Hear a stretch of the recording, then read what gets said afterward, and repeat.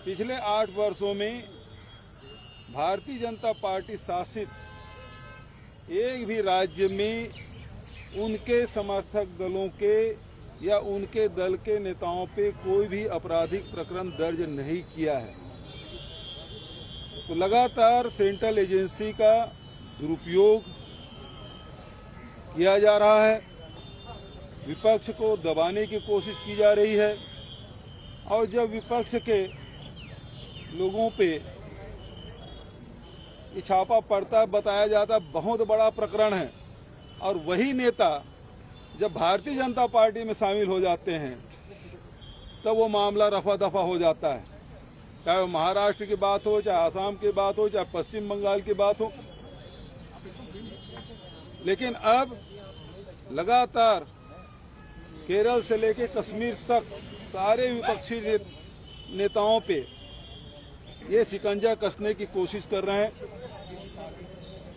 लेकिन इस देश में प्रजातंत्र है, लोकतंत्र है, और लोकतंत्र में इस प्रकार से नेताओं पे आपराधिक प्रकरण दर्ज करके उसे दबाया नहीं जा सकता, उसे कुचला नहीं जा सकता।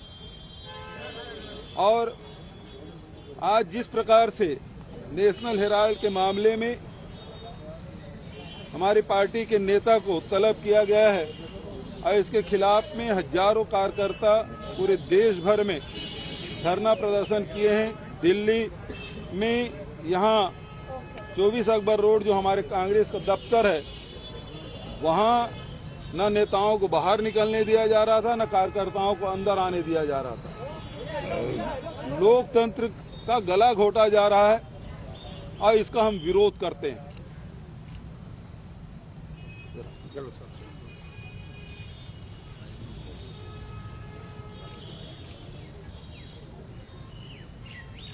बघेल साहब ने ठीक कहा। नेशनल हेराल्ड अखबार 1937 के अंदर इसकी स्थापना हुई और तब से ही कांग्रेस पार्टी इसको इमदाद करते आई है। आप मीडिया के तमाम साथियों को मालूम है कि आज भी प्रिंट मीडिया जहाँ जहाँ छप रहा है उसकी क्या स्थिति है। अधिकांश जगहों पर अगर ईमानदारी की बात करें तो घाटे में चलते हैं। और नेशनल हेराल्ड के बारे में और कांग्रेस की नीतियाँ, उसके कार्यक्रम, सिद्धांतों के बारे में, उसको प्रमोट करने के बारे में जो भावना व्यक्त की गई थी उसी के अकॉर्डिंग टू आज तक इमदाद होती आई है। आज़ादी के बाद में धीरे धीरे वो अखबार बहुत कमजोर हो गया,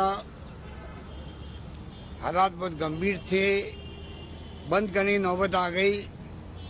उसको रिवाइव करने के लिए कांग्रेस पार्टी ने उनको मदद करी।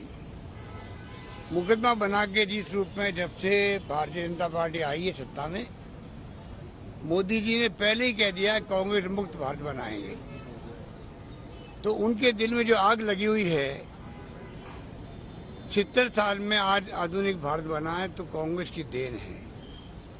आज़ादी के पहले, आज़ादी के बाद में जो त्याग, बलिदान, कुर्बानी हुई तो कांग्रेस नेताओं ने करी है। ये नहीं भूलना चाहिए मोदी जी को भी। उन्होंने कभी याद नहीं किया इंदिरा गांधी की शहादत को, जिन्होंने खालिस्तान नहीं बनने दिया, देश को एक रखा, अखंड रखा। वो खुद शहीद हो गए। राजीव गांधी शहीद हो गए। सरदार बेन सिंह जी थे, नेस्त नाबूद कर दिया आतंकवाद को, वो भी शहीद हो गए। ये सत्ता में बैठे हुए लोगों को इतना गरूर है, घमंड है, अहम है, इनको जनता की परवाह नहीं है। धर्म के नाम पर लोगों को भड़काने का काम करते हैं, उस पर जरूर कामयाब हुए हैं। उसकी एक सीमा होती है। और तमाम जो महंगाई हो, बेरोजगारी हो, आग लग रही है पूरे मुल्क के अंदर, दंगे हो रहे हैं, झगड़े हो रहे हैं, तनाव हो रहा है, कोई चिंता नहीं है। राहुल गांधी जी ने कहा, सोनिया जी कह रही, लगातार विपक्ष कह रहा है, प्रधानमंत्री जी को अपील करनी चाहिए, पूरे मुल्क से संदेश देना चाहिए कि आप शांति, भाईचारा, सद्भाव बनाए रखें और हिंसा को हम बर्दाश्त नहीं करेंगे।